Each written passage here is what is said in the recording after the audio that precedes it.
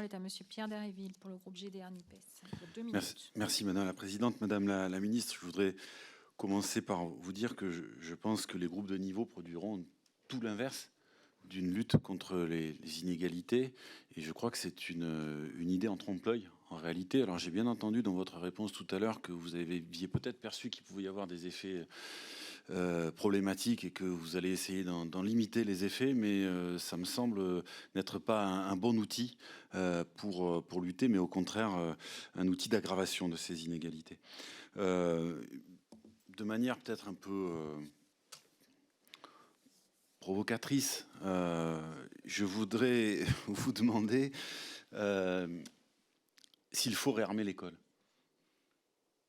Réarmer l'école. Il y a quelque chose qui me choque en réalité dans ce vocable et je ne suis pas sûr peut-être de bien adhérer à ce que tout cela sous-tend. S'il faut réarmer l'école, qui l'a désarmée ?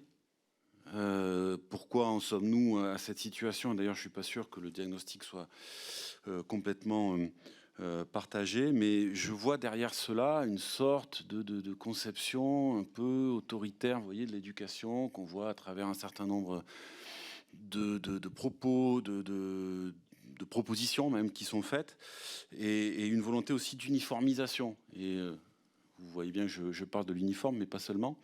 L'uniforme en étant l'un des vecteurs. Et je m'interroge sur cette école un peu de la mise au pli, quoi, si vous voulez. Donc je ne sais pas comment vous voyez les choses, mais ça m'intéresse d'avoir votre sentiment sur le sujet. Enfin, j'ai le sentiment que tout cela concourt à produire une faible adhésion du corps enseignant au cap qui est proposé. Et n'est-ce pas une des dimensions de la crise de sens que nous rencontrons parmi les personnels ? Merci. Madame la Ministre, vous avez la parole. Merci Madame la Présidente. Monsieur le député Dharréville, vous posez deux questions, une question de sens et une question technique, si je puis dire. Sur la question de sens, moi je crois profondément qu'il faut donner à nos élèves les outils de base pour vivre dans la société et qu'il faut donner à nos enseignants la possibilité pour eux de transmettre les apprentissages fondamentaux et d'ailleurs également tous ceux qui font sens au-delà de ces apprentissages fondamentaux. Donc c'est vraiment un processus qui concerne et les élèves et les professeurs et qu'il faut vraiment pouvoir donner ces outils aux élèves et aux professeurs. Je crois que c'est très important, à la fois je pense profondément pour que nos jeunes élèves se sentent bien dans leur vie en société et puis pour que notre République prenne tout son sens. Et je pense que ça, c'est très important. Toujours dans la question du sens, vous évoquez une conception autoritaire de l'école qui pourrait surgir de différents process qui seraient mis à l'œuvre. Moi, je suis favorable à l'autorité.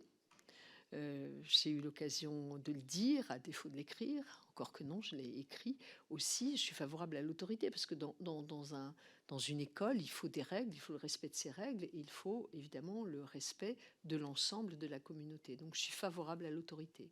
Nous ne sommes évidemment pas désireux que cette autorité glisse vers des penchants autoritaristes, mais nulle part il n'est question de cela. Nulle part il est question de cela. Nous réaffirmons l'autorité, nous ne glissons pas vers l'autoritarisme. Donc je distingue bien les deux.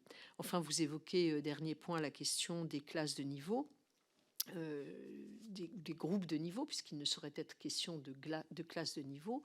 Je l'ai dit, je pense que si on veut aboutir à une meilleure maîtrise des apprentissages fondamentaux, il faut que nous puissions travailler en groupe. Et que ces groupes doivent répondre à des modalités différenciées d'apprentissage pour une même exigence pour nos élèves. Et donc, je resterai sur cette ligne-là.